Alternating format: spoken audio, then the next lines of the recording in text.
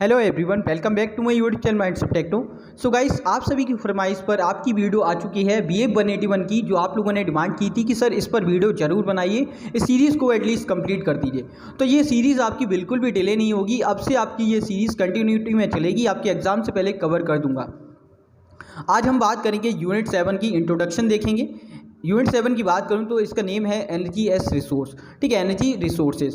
Energy resources में आप क्या पढ़ोगे वो इंट्रोडक्शन में देखेंगे। साथ ही इसमें हम डिस्कस करेंगे MCQ, जो आपके एग्जामिनेशन पॉइंट ऑफ व्यू से, चाहे आप यूनिवर्सिटी के एग्ज़ाम दो इग्नू के या फिर DU वगैरह के, और साथ ही अगर आप कॉम्पिटेटिव एग्ज़ाम की तैयारी कर रहे हो तो वहाँ पर भी इसका एक अहम रोल है। तो आप लोगों के लिए ये मेक श्योर ये वीडियो काफ़ी इंपॉर्टेंट है, चाहे आप BAG के स्टूडेंट हैं, BCom के हैं, BSc के हैं, ऑनर्स या प्रोग्राम के, आप सभी के लिए ये वीडियो काफ़ी इंपॉर्टेंट है। अगर आप जनरल स्टूडेंट हैं जिसको कॉम्पिटेटिव एग्जाम देने हैं, उसके लिए भी ये वीडियो काफ़ी इंपॉर्टेंट है। इस वीडियो को मेक श्योर आप कंप्लीट देखें, ध्यान से देखें, ताकि आपको सारी पॉइंट एनर्जी रिसोर्स के बारे में कवर अप हो जाए। तो इस वीडियो में हम देखेंगे फर्स्ट इंट्रोडक्शन, सेकंड हम देखेंगे MCQs के बारे में। और यहाँ पे क्लियर कर दूँ, MCQs के रिगार्डिंग, इन्वायरमेंट के रिगार्डिंग ऑलरेडी हमारी सीरीज़ रन करी है, जिसमें इससे पहले हम यूनिट 6 तक कवर कर चुके हैं। साथ ही हमने 2 क्वेश्चन पेपर भी डिस्कस किए हैं। जो फरवरी का एग्जाम क्वेश्चन पेपर है ऑलरेडी मैं डिस्कस करा चुका हूँ। ऑल ऑफ द क्वेश्चन, जो 50 क्वेश्चंस उसमें इंक्लूड हैं, वो सभी मैं करा चुका हूँ आप सभी को। अगर आप लोगों ने वीडियो नहीं देखी है तो आप लोग चैनल के डिस्क्रिप्शन में जाइए, वहाँ पर आपको लिंक मिल जाएगा वीडियो के डिस्क्रिप्शन में, वहाँ से आप लोग वीडियो को देख पाएंगे। साथ ही प्लेलिस्ट सेक्शन में भी आपको लिंक मिल जाएंगे, तो वहाँ से आप पूरी प्लेलिस्ट इन्वायरमेंटल स्टडीज़ की एक्सेस कर पाएंगे।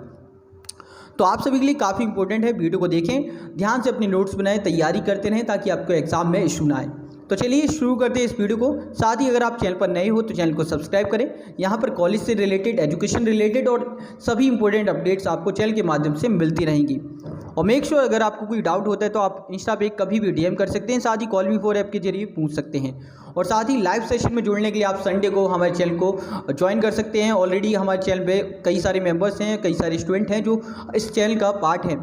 तो यहाँ पर आपको सारी इन्फॉर्मेशन मिलती रहेंगी। लाइव सेशन आपके संडे को कंडक्ट किए जाते हैं, जिसमें आप डायरेक्टली मुझसे सवाल कर सकते हैं, आपके सवालों के जवाब भी मिल जाएंगे। तो मेक श्योर इस चैनल को सब्सक्राइब करें, साथ ही बेल आइकन दबा लें, ताकि कभी भी आपसे कोई भी लेटेस्ट अपडेट मिस ना हो।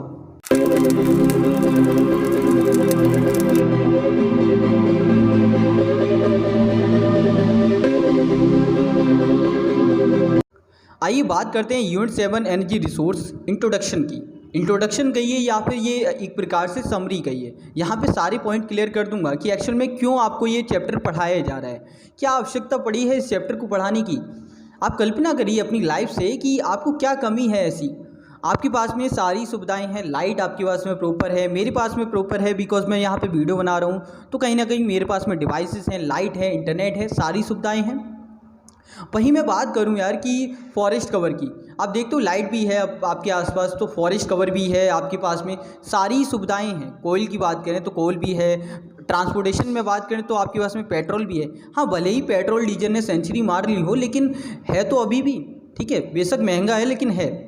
तो यहाँ पे मेन बात ये आती है कि एक्चुअली में पढ़ाया क्यों जा रहा है। देखिए आपको बता दें, जो कन्वेंशनल सोर्स होते हैं, अब आप कहेंगे कि सर ये नॉन कन्वेंशनल और कन्वेंशनल सोर्स क्या होते हैं। तो डियर यहाँ पे एक बात आती है कि ऐसे सोर्स जो कि कहीं ना कहीं हमें पता है कि कहीं ना कहीं फ्यूचर में जाके वो ख़त्म हो सकते हैं, उसे हमने एक कैटेगरी में रख दिया, उससे हम कहते हैं कन्वेंशनल सोर्स। जैसे कि कोल हो गया, पेट्रोलियम हो गया, ठीक है, ऑयल हो गया, ये सभी आपके कन्वेंशनल सोर्स के उदाहरण हैं। वहीं बात करूँ नॉन कन्वेंशनल, तो नॉन कन्वेंशनल ऐसे हैं जो कहीं ना कहीं, इसे हिंदी में कहें तो गैर परंपरागत, ठीक है, गैर परंपरागत ऐसे रिसोर्स जो जल्दी ख़त्म नहीं होने वाले, इसको हम प्रयास कर रहे हैं कि इसको और सूटेबल बनाया जाए ताकि हम यूज़ कर पाएँ। जैसे बात करें सनलाइट की, ठीक है, सोलर एनर्जी के ऊपर काफ़ी रिसर्च चल रही है। अगर हम एक दिन की सोलर एनर्जी को कंज्यूम कर, मतलब कि स्टोर कर लें, तो हम पूरी साल भर एनर्जी दे सकते हैं पूरे वर्ल्ड को। ये एक एक्चुअल फैक्ट है।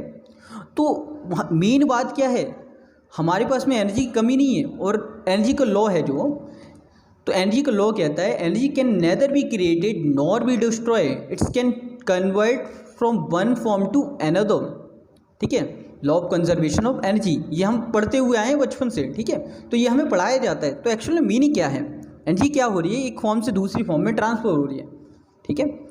तो जैसे कि बात करें सनलाइट की, तो हीट फॉर्म से निकल के वो क्या हुई, हम इलेक्ट्रिकल फॉर्म में यूज़ कर रहे हैं, जैसे सोलर पैनल्स वगैरह में, ठीक है। तो ये तो हो गई फॉर्म की बात, लेकिन बेसिकली यहाँ पे हमें एनर्जी रिसोर्स क्यों पढ़ाए जा रहे हैं? हम यहाँ पे रिसोर्स देख रहे हैं किस प्रकार के हमारे पास में उपलब्ध हैं। वहीं बात आएगी आगे कन्वेंशनल नॉन कन्वेंशनल हो गए कि एक्चुअल में है क्या, उदाहरण भी हमने समझ ली। ठीक है, अगर आपको नॉन कन्वेंशनल और रिसोर्स समझने हैं तो आपके पास में क्या है, फ्यूल सेल है, जियोथर्मल है, और आपकी अदर भी हैं जैसे को जनरेशन, ठीक है, बायोमास है, और भी कई सारे एग्जाम्पल हैं। ठीक है, आप लोग भी कमेंट कर सकते हो। साथ ही एक और बात यहाँ पे शेयर करूँ, देखो जब भी बात आती है एनर्जी की तो हमारे पास में एक शब्द ये जरूर आता है, रिन्यूएबल और नॉन रिन्यूएबल। अब रिन्यूएबल और नॉन रिन्यूएबल हमें बताते क्या हैं? देखिए, रिन्यूएबल वो बताते हैं जो रिसोर्स कहीं ना कहीं हमारे पास में रिन्यू हो सकते हैं, दोबारा से बन सकते हैं, ठीक है, रीउत्सर्जित हो सकते हैं, रीडेवलप हो सकते हैं। जैसे सनलाइट आज गई तो कल आ जाएगी, उसकी चिंता नहीं है। लेकिन पेट्रोलियम कोल गया तो गया, पॉल्यूशन भी करके जाएगा। देखो उसके साथ में और भी कई सारी बात यहाँ पे निकल के आती हैं कि नॉन रिन्यूएबल और रिन्यूएबल हो चुके हैं। नॉन रिन्यूएबल क्या होगा, जो ऐसे रिसोर्स जैसे पेट्रोलियम हो गए वो नॉन रिन्यूएबल कैटेगरी में आते हैं जिसे हम रिन्यू नहीं कर सकते। तो अब मेन बात आती है कि अब हमें ऐसे रिसोर्स की आवश्यकता है जो कहीं ना कहीं अल्टरनेट बने। कन्वेंशनल सोर्स जो हम बहुत समय से यूज़ करते आ रहे हैं, हमें पता है कहीं ना कहीं वो ख़त्म होने वाले हैं, तो उसका एक अल्टरनेट निकाला जाए, जिसके प्रयास कई समय से चल रहे हैं, जिसमें कई सारे रिसोर्स निकाले गए हैं। जैसे सोलर पैनल को काफ़ी विकास दिया गया, काफ़ी इसमें गवर्नमेंट ने भी अपनी ओर से सहयोग किया। आपको पता है सोलर अलायंस भी बनी है जिसका उद्घाटन पीएम मोदी जी ने किया था।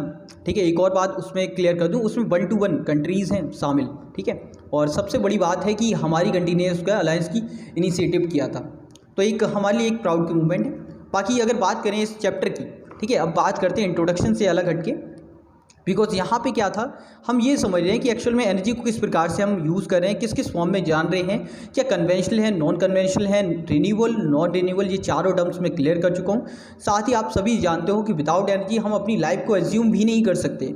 विदाउट एनर्जी आप समझ नहीं सकते। आप जैसे समझिए आज के टाइम पे यूथ के लिए क्या बना हुआ है, इंटरनेट उनके लिए लाइफ लाइन है। जिस दिन इंटरनेट, जिस घंटे 1 घंटे के लिए इंटरनेट बंद हो जाए ना, उनकी सांसें अटक जाती हैं कि यार अब मैसेज किसका आएगा, कैसे चेक करेंगे, सर की वीडियो आएगी, वो तो देखोगे नहीं, लेकिन बहुत सारे बच्चे देखते हैं। चलिए अच्छी बात है। ओके, अब बात करते हैं यार एमसी के ऊपर। बहुत समय निकाल दिया इंट्रोडक्शन पे, लेकिन आई होप कि आपको ये कुछ ना कुछ क्लियर हो गया और स्टोरी के माध्यम से ज़्यादा अच्छे से समझा होगा। बाकी अगर आपको और डिटेल में जानना है तो बुक में आप देख सकते हैं और वर्ड टू वर्ड पढ़ सकते हैं। अब बात करते हैं एमसीक्यू की। देखिए एमसीक्यूज़ में हम एक एक करके देखेंगे और बहुत बेसिक से शुरुआत करूँगा। सबसे पहला है सोलर एनर्जी क्या है। ठीक है, सोलर एनर्जी एक्चुअल में है क्या, किस फॉर्म में हम जनरेट कर रहे हैं, किस फॉर्म में समझ रहे हैं। तो सोलर एनर्जी की जब भी बात आती है, पहली बात मैंने आपको क्लियर की कि क्या है, नॉन कन्वेंशनल एनर्जी है। आपके पास में ऑप्शन क्या क्या हैं, देखिए पहले ऑप्शन में renewable non conventional energy, second option है non renewable conventional energy, third है आपका non renewable energy, and fourth है नॉन ऑफ दी अबव। तो इसका करेक्ट आंसर क्या है? सनलाइट की मैंने बात कही कि एक दिन आज सुबह है तो कल सुबह भी वापस आनी है, यानी कि रिन्यूएबल है। दूसरा क्या है, नॉन कन्वेंशनल है, गैर परंपरागत है, ठीक है, ख़त्म नहीं हो सकती। ओके, तो करेक्ट ऑप्शन क्या होगा? करेक्ट ऑप्शन होगा हमारा 1। ठीक है, तो फर्स्ट 1 हमारा क्या है, करेक्ट ऑप्शन है। आई होप ये पॉइंट क्लियर आउट हो गया हो। इसके बाद में पॉइंट नंबर 2, क्वेश्चन नंबर 2 की ओर पढ़ते हैं। क्वेश्चन नंबर 2 है plant manufacture their own food by using, और ये बहुत बेसिक सवाल है। आई होप इसका आंसर आप सभी लोग देंगे, कमेंट बॉक्स में जरूर आंसर करना। ये बेसिक है, क्लास 6 से आप पढ़ते हुए आते हो। ठीक है, जो प्लांट है बेसिकली इसे हम प्रोड्यूसर की फॉर्म में रखते हैं। सो करेक्ट आंसर बताइए जल्दी से। ऑप्शन एक बार रीड कर देता हूँ। Fossil fuel energy first, second है सोलर एनर्जी, थर्ड है organic nutrients energy, and fourth है none of the above. So the correct answer is solar energy. Okay, I hope ये पॉइंट हर एक बच्चे को याद होगा। ये बेसिक है, बहुत बेसिक सवाल है, और जनरली ऐसे बेसिक सवाल भी आपको एग्जामिनेशन में देखने को मिलते हैं। थर्ड क्वेश्चन की ओर बढ़ते हैं। थर्ड क्वेश्चन है use of non conventional source of energy is. देखिए बेसिकली नॉन कन्वेंशनल सोर्स को हम यूज़ क्यों कर रहे हैं, मैंने स्टार्टिंग में ही बताया कि नॉन कन्वेंशनल हमें एक फ्रीडम दे देते हैं कि जल्दी ही ख़त्म नहीं होने वाले। अब जल्दी ख़त्म नहीं होंगे, जैसे सनलाइट की बात करूँ तो वहाँ पे क्या नहीं होगा, एक तो कॉस्टली ज़्यादा नहीं पड़ेंगे। अगर हम स्टोर कर लेते हैं अच्छे से तो वो कॉस्टली नहीं पड़ेंगे। स्टार्टिंग में उसकी कॉस्ट हाई पड़ती है, लेकिन उसके बाद में काफ़ी सस्ते देखने को मिलते हैं। तो पहली बात क्या आ गई, चीप होंगे। दूसरे, क्या सनलाइट से पॉल्यूशन हो सकता है? तो यहाँ पे क्लियर है कि पेट्रोलियम से तो पॉल्यूशन देखने को मिलता है, लेकिन सनलाइट से बात करें तो पॉल्यूशन नहीं देखने को मिलेगा। तो सेकंड पॉइंट क्या है, पॉल्यूशन। ओके, थर्ड पॉइंट क्या है, थर्ड में गिवन है बोथ ए एंड बी, यानी कि both first and second. Fourth है नन ऑफ दी अबव। तो करेक्ट ऑप्शन क्या होगा नॉन कन्वेंशनल केस में, बोथ फर्स्ट एंड सेकंड, यानी कि ये चीप भी होते हैं, सस्ते भी होते हैं। दूसरा, चीप से मेरे ये कहने का मतलब बिल्कुल नहीं है कि वो ख़राब होते हैं या कमज़ोर होते हैं, एज़ कम्पेयर टू वो सस्ते पड़ते हैं थोड़े अदर रिसोर्स के मामले में। पॉल्यूशन फ्री होते हैं, पॉल्यूशन बहुत कम करते हैं या ना के बराबर करते हैं, ठीक है। तो दोनों ही ऑप्शन आपके करेक्ट हैं। सो the correct option is that. और हमेशा याद रखना, जल्दबाजी में आंसर नहीं देना। कई बार ये होता है कि पॉल्यूशन फ्री देखा तो पॉल्यूशन पे क्लिक कर दिया, ठीक है, ऐसा नहीं करते। हमेशा देखना है कि अदर ऑप्शन भी क्या है। उसके अलावा बात करते हैं रिएक्टर जनरेटर की। देखिए क्वेश्चन नंबर 4 है रिएक्टर जनरेटर। इसके बारे में आप लोगों ने जब चैप्टर को पढ़ा होगा तो आप लोगों ने ज़रूर पढ़ा होगा, ठीक है। तो रिएक्टर जनरेटर कहाँ पर यूज़ किया जाता है, जनरली किस क्षेत्र में यूज़ करते हैं। ऑप्शन है आपके पास में biogas, second geothermal energy, third atomic energy and fourth one none of the above. So the correct answer is, आप लोग ज़रूर से यार आप लोग कमेंट बॉक्स में भी आंसर्स को लिखते जाएं ताकि आप सभी के लिए भी तैयारी होती जाए। तो करेक्ट आंसर है atomic energy. Okay, atomic energy में जो यूरेनियम होता है उसको तोड़ने में ये काम आता है, बिकॉज वहाँ से एक लार्ज अमाउंट में एनर्जी रिलीज़ होती है। आप लोग इसको डिटेल में बुक में पढ़ सकते हैं, ठीक है। सो चलिए बात करते हैं क्वेश्चन नंबर 5 की। सो क्वेश्चन नंबर 5 है हमारे पास में, energy we get from fossil fuel like coal is in reality. Actual में वो है क्या, जो हम बात कह रहे हैं कि कोल से हम जनरेट कर रहे हैं एनर्जी, तो एक्चुअल में वो किस प्रकार की एनर्जी है, कहाँ से हमें प्राप्त हो रही है, किस टाइप की एनर्जी है। सो ऑप्शन है आपके पास में geothermal energy, second sun energy, और जनरली ये कन्फ्यूज़न रहती है इसमें। थर्ड है आपका नॉन कन्वेंशनल एनर्जी, इसको नॉन कर लेना, ई यहाँ से हटा देना, ठीक है। उसके बाद में फोर्थ है आपका नॉन ऑफ दी अबव, यानी कि इनमें से कोई नहीं। तो करेक्ट आंसर क्या होगा इसका। सो the correct answer is non conventional energy, ठीक है। जनरली इसमें कन्फ्यूज़न ये हो जाती है, जब हम फॉसिल फ्यूल की बात करते हैं तो वो आपकी कन्वेंशनल सोर्स में आती हैं, ठीक है, लेकिन एक्चुअल में रियलिटी में होती क्या है, नॉन कन्वेंशनल एनर्जी होती हैं। बात करते हैं क्वेश्चन नंबर 6 की। क्वेश्चन नंबर 6 है which of the following is not a commercial source of energy. इनमें से कौन सा कमर्शियल सोर्स ऑफ एनर्जी नहीं है। देखिए आपको पता है दो टाइप की चीज़ें पढ़ते हैं, कमर्शियल और एक नॉन कमर्शियल, जिसे हम डोमेस्टिक भी कहते हैं।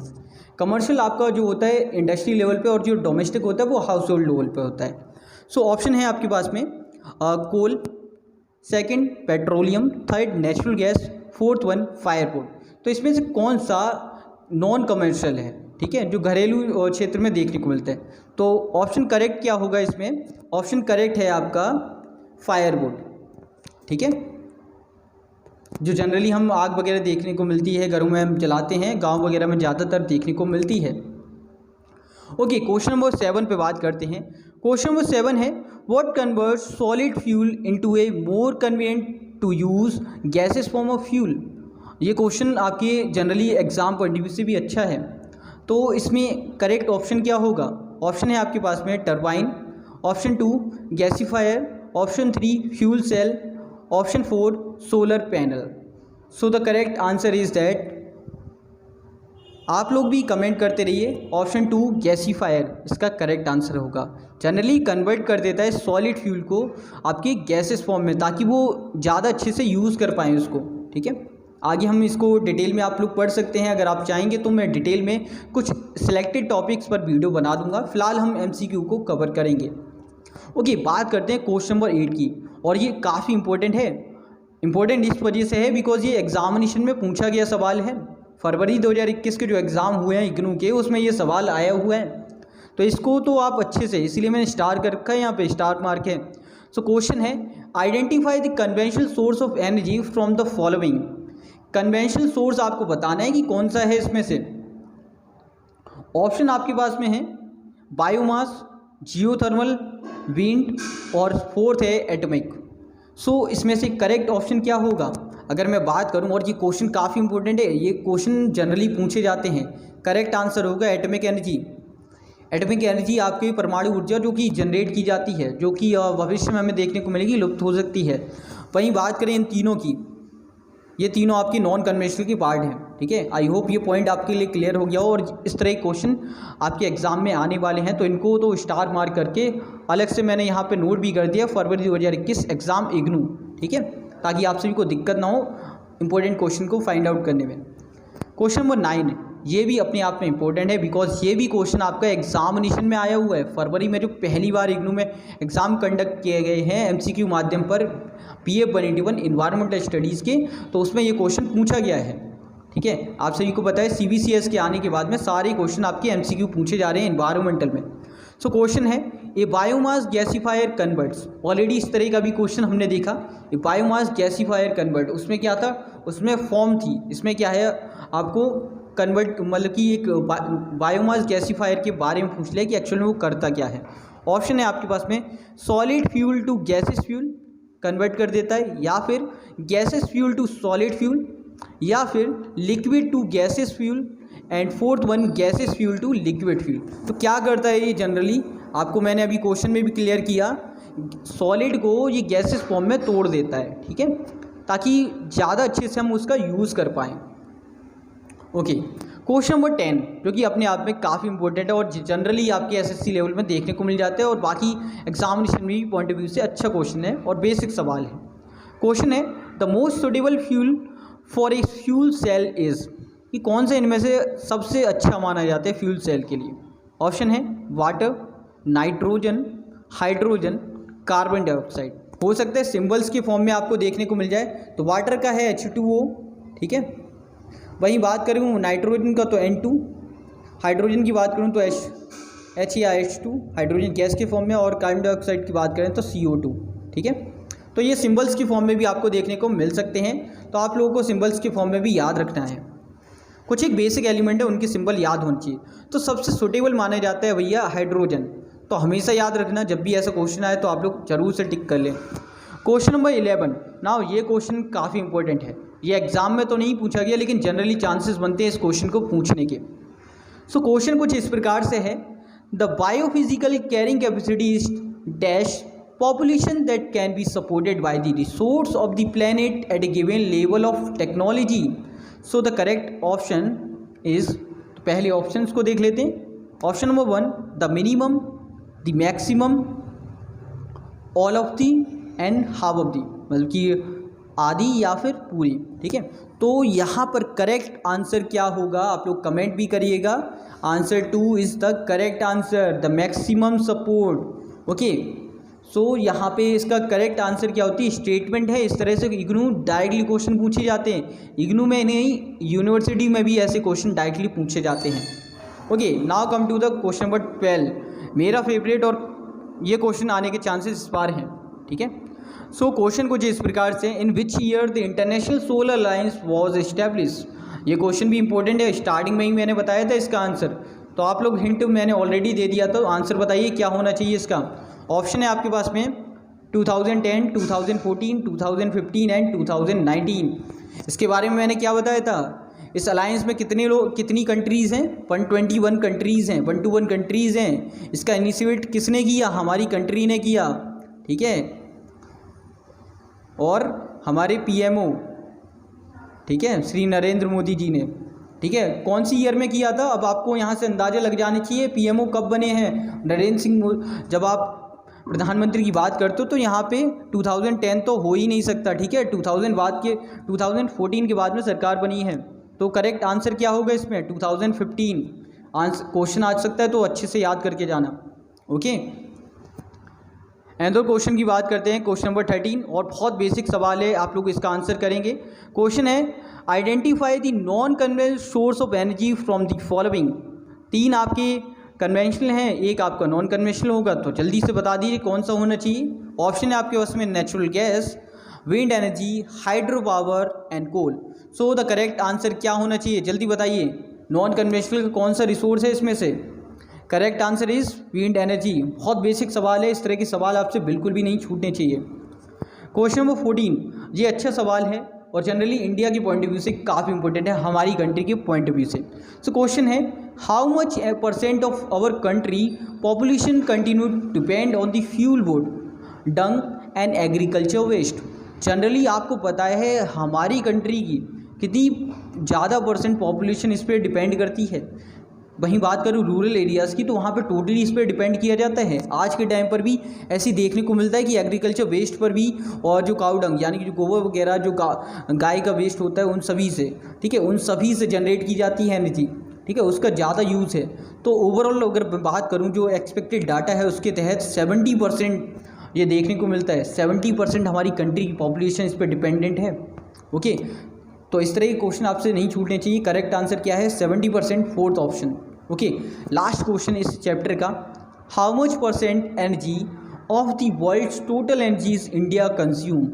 वर्ल्ड की कितनी परसेंट एनर्जी इंडिया कंज्यूम करता है? ये क्वेश्चन मैंने हिंट में भी दिया था, स्टार्टिंग में भी बताया हुआ है। इसका तो आंसर आप लोगों को देना ही पड़ेगा। सो करेक्ट आंसर क्या है? 3%। सो आई होप डियर आपको ये वीडियो पसंद आई होगी, आप सभी के यहाँ से पॉइंट क्लियर हुए होंगे, एग्जामिनेशन पॉइंट ऑफ व्यू से आपको कुछ ना कुछ नॉलेज मिली होगी। अगर ऐसा है तो इस वीडियो को शेयर कर दें सभी दोस्तों के साथ में। चैनल पर नए हो चैनल को सब्सक्राइब करो, और कमेंट बॉक्स में भी सजेशन या फिर जो भी क्वायरीज हैं वो भी पूछ सकते हैं, इंस्टा पर डीएम कर सकते हैं, कॉल मी फॉर ऐप के जरिए भी अपने सवालों को पूछ सकते हैं। इस सेशन में इतना ही, बाकी की वीडियोस के लिंक आपको डिस्क्रिप्शन में मिल जाएंगे, जरूर देखें। स्टार्टिंग के 6 चैप्टर कंप्लीट कर चुके हैं, आज 7 भी हो चुका है, तो आप लोग इन वीडियोस के माध्यम से अपने चैप्टर्स को कवर कर लें, एग्जाम की तैयारी करें। All the best.